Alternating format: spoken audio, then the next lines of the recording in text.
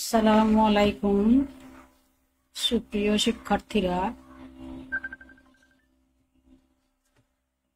আজকের ক্লাসে তোমাদের সবাইকে স্বাগত। আজ আমি নুরকাজি হালিমা মহিলা অনলাইন মাদ্রাসার পক্ষ থেকে তোমাদের সবাইকে স্বাগত জানাচ্ছি।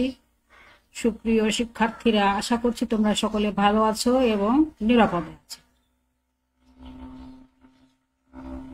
পাঠ উপস্থাপনায় আমি মোসাম্মদ সেলিনা খাতুন, সহকারী শিক্ষক, নুরকাজি হালিমা মহিলা মাদ্রাসা, ফটিকছড়ি, চট্টগ্রাম, অষ্টম শ্রেণী বাংলা প্রথম পত্র।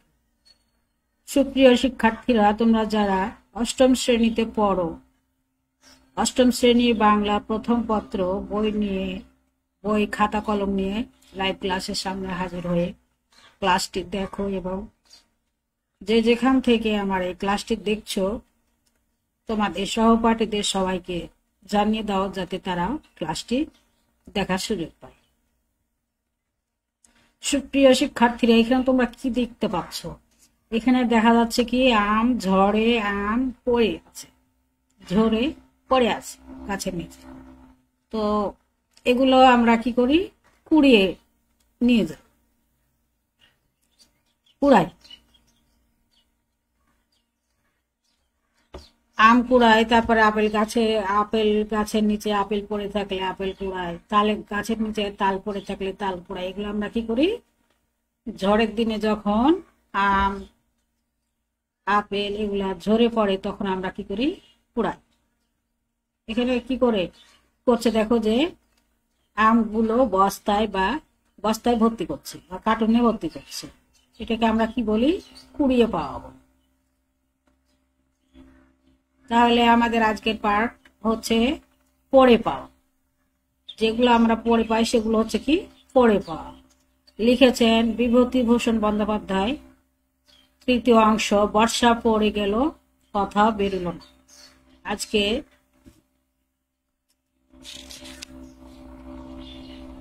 শেষ অংশ অর্থাৎ তৃতীয় অংশ পড়াবো। এর আগে আমি পড়ে পাওয়া থেকে 2টি ক্লাস নিয়েছি। আজকে শেষ ক্লাস বা তারপরে ক্লাস। সুপ্রিয় শিক্ষার্থীরা, তোমরা নিশ্চয় দেখেছো এর আগে আমি 2টি ক্লাস ধারাবাহিকভাবে নিয়েছি। আজকে তৃতীয় অংশ অর্থাৎ শেষ ক্লাস। তাহলে তোমরা পড়ে পাওয়া পাঠ শিরোনামটি তোমাদের খাতায় লিখে নাও। এই পাঠে তোমরা যা যা শিখবে তা হলো: 1. নতুন শব্দগুলো বাক্য প্রয়োগ করতে পারবে। 2. বন্যায় দরিদ্র মানুষের দুর্দশা সম্পর্কে ব্যাখ্যা করতে পারবে। 3. ভালো কাজ করার আনন্দ অনুভূতি সম্পর্কে বর্ণনা করতে পারবে।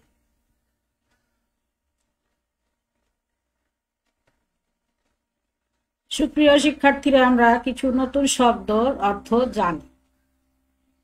দণ্ডবত অর্থ কি? দণ্ডবত অর্থ হচ্ছে মাটিতে পড়ে সাষ্টাঙ্গে প্রণাম।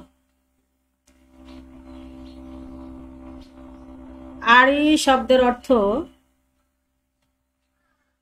ধান, গম ইত্যাদি পরিমাপ বিশেষ, ধান মাপার বেতের ঝুড়ি বা পাত্র। এটাকে আমরা কি বলি? আড়ি বলি। তারপরে দেখো যে অপ্রতিভভাবে অর্থ বিব্রত বা লজ্জিত ভাবে।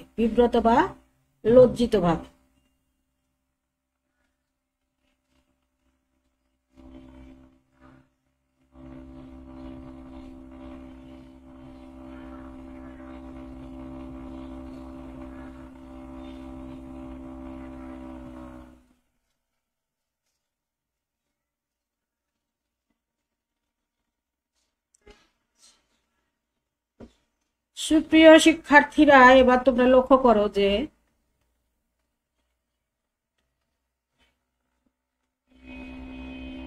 এখন তোমাদের আমি একটি একক কাজ দেব। একক কাজ হলো দ্বন্দ্ববত আড়ি অপ্রতিভাবে শব্দগুলো দিয়ে 2টি করে বাক্য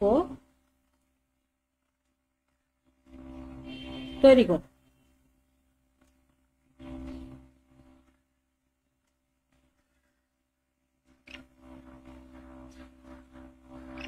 নিশ্চয় তোমরা পারবে।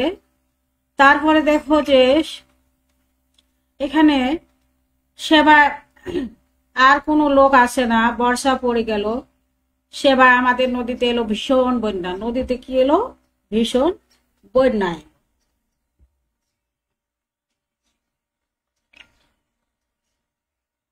ভীষণ বন্যা এলো, বড় বড় গাছ ভেসে যেতে শুরু করলো।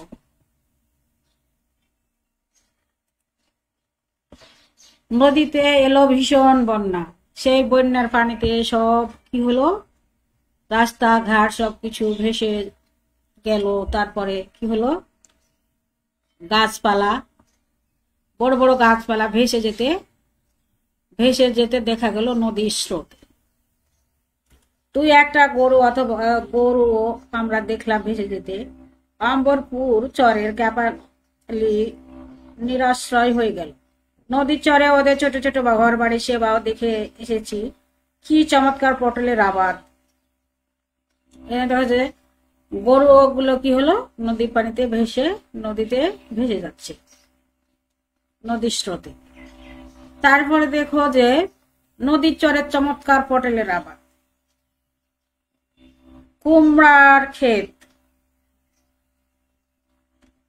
লাউ কুমড়োর মাচা ওদের চরে। 2 পয়সায় আয়ও পেত তরকারি বেচে। কোথায় রইলো তাদের পটল কুমড়োর আবাদ? কোথাও গেল তাদের বাড়ি ঘর? আমাদের ঘাটের সামনে দিয়ে কত খড়ের চালা ঘর ভেসে যেতে দেখলাম।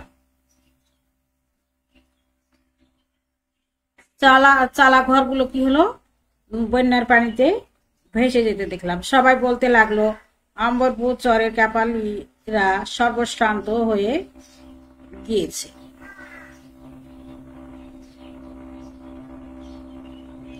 সুপ্রিয় শিক্ষার্থীরা, এখন তোমাদের আমি জোড়াই কাজ দিব। জোড়াই কাজটি হলো বন্যার চরের বাসিন্দাদের অবস্থা কেমন হয়েছিল বর্ণনা। নিশ্চয় পারবে। একদিন বিকেলে আমাদের চণ্ডী মণ্ডপে একটা লোক এলো। বাবা বসে হাত বাক্স সামনে নিয়ে জমা জমির হিসেব দেখছে। গ্রামের ভাই 2 কুমোর কুয়ো কাটানোর মজুরি চাইতে এসেছে, আর 2-1 প্রজা এসেছে খাজনা পত্র দিতে। আমরা 2 ভাই বাবার কড়া শাসনের বইয়ের পাতা উল্টাচ্ছি। এমন সময় একটা লোক এসে বলল, দণ্ডবত হই ঠাকুর মশাই। 2 ভাই কি করছে? বাবার কড়া শাসনে 2 ভাই বই নিয়ে পড়তে বসেছে।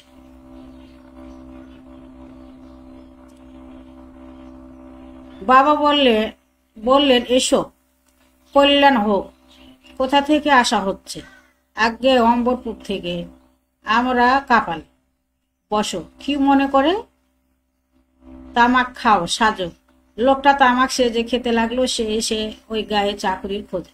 বন্যা নিরাশ্রম হয়ে নির্মেষে খোলা গোয়ালদের চালাঘরে সপরিবার আশ্রয় নিয়েছে। এই বর্ষা না আছে কাপড়, না আছে ভাত, 2 আড়ি ধান ধার দিয়েছিল গোয়ালরা দয়া করে। সেও এবার ফুরিয়ে এলো। প্রায় 250 টাকার গহনা আর পটল বেচাত নগদ টাকা 50টি ছিল ওই টিনের বাক্সে। ওই টিনের বাক্সর কি হলো? দীর্ঘশ্বাস ফেলে কি বললো লোকটি যে একটি আমার বাক্স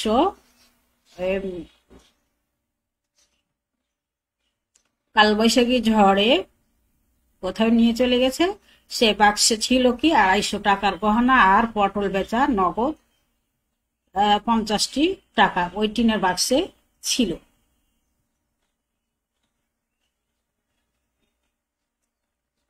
সেটা সে হাতে থেকে ফিরবার পথে গরু গাড়ি থেকে কোথায় পড়ে গেল, আর খোঁজ হলো না। সেই হলো শুরু। আর তারপর এলো ওই বন্যে। বাবা বললেন, বলো কি? অতগুলো টাকা গহনা হারালো? অদেষ্ট একে বসে বাবু, অদেষ্ট।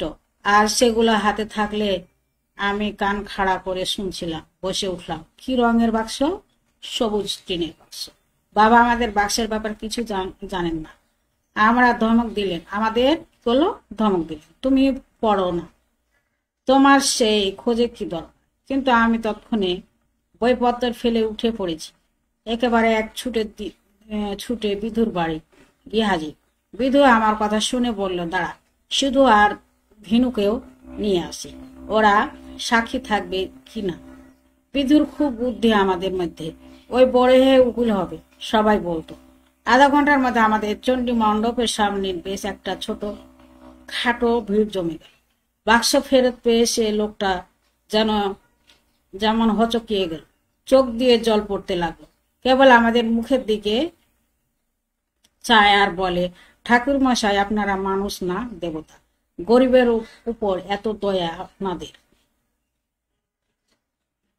বালকেরা বুদ্ধি খাটিয়ে এবং সততার মাধ্যমে বাক্সের প্রকৃত মালিককে কি করলো, বাক্সটি দিয়ে দিল। সুপ্রিয় শিক্ষার্থীরা, এখন তোমাদের একটি আমি দলগত কাজ দেবো। সেই দলগত কাজটি হলো, কুড়িয়ে পাওয়া জিনিস সঠিক ব্যক্তিকে ফিরিয়ে দেওয়ার জন্য তোমরা কি কি উপায় অবলম্বন করবে। তোমরা দলে আলোচনা করে সেই দলগত কাজটি করবে নিশ্চয়।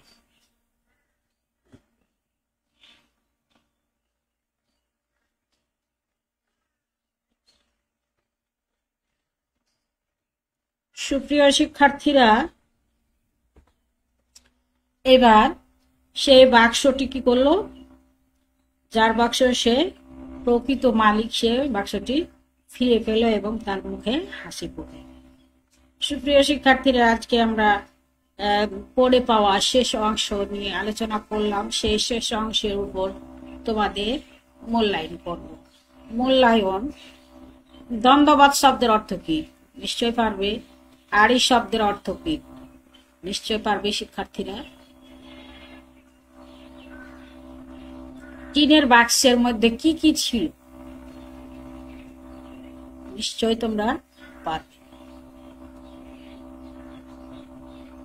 সুপ্রিয় শিক্ষার্থীরা, এবার তোমাদের বাড়ির কাজ দেব। সে বাড়ির কাজটি তোমরা খাতায় লিখে নাও, খাতায় লিখে অনুশীলন করো। সুপ্রিয় শিক্ষার্থীরা, সে বাড়ির কাজটি হলো, তুমি কোনো ভালো কাজ করলে তোমার যে অনুভূতি হবে তার উপর একটি গল্প লিখা। সুপ্রিয় শিক্ষার্থীরা, যখন তোমাদের প্রতিষ্ঠান খুলবে তখন তোমরা তোমাদের স্ব বিষয় শিক্ষককে এই বাড়ির কাজটি দেখাবে।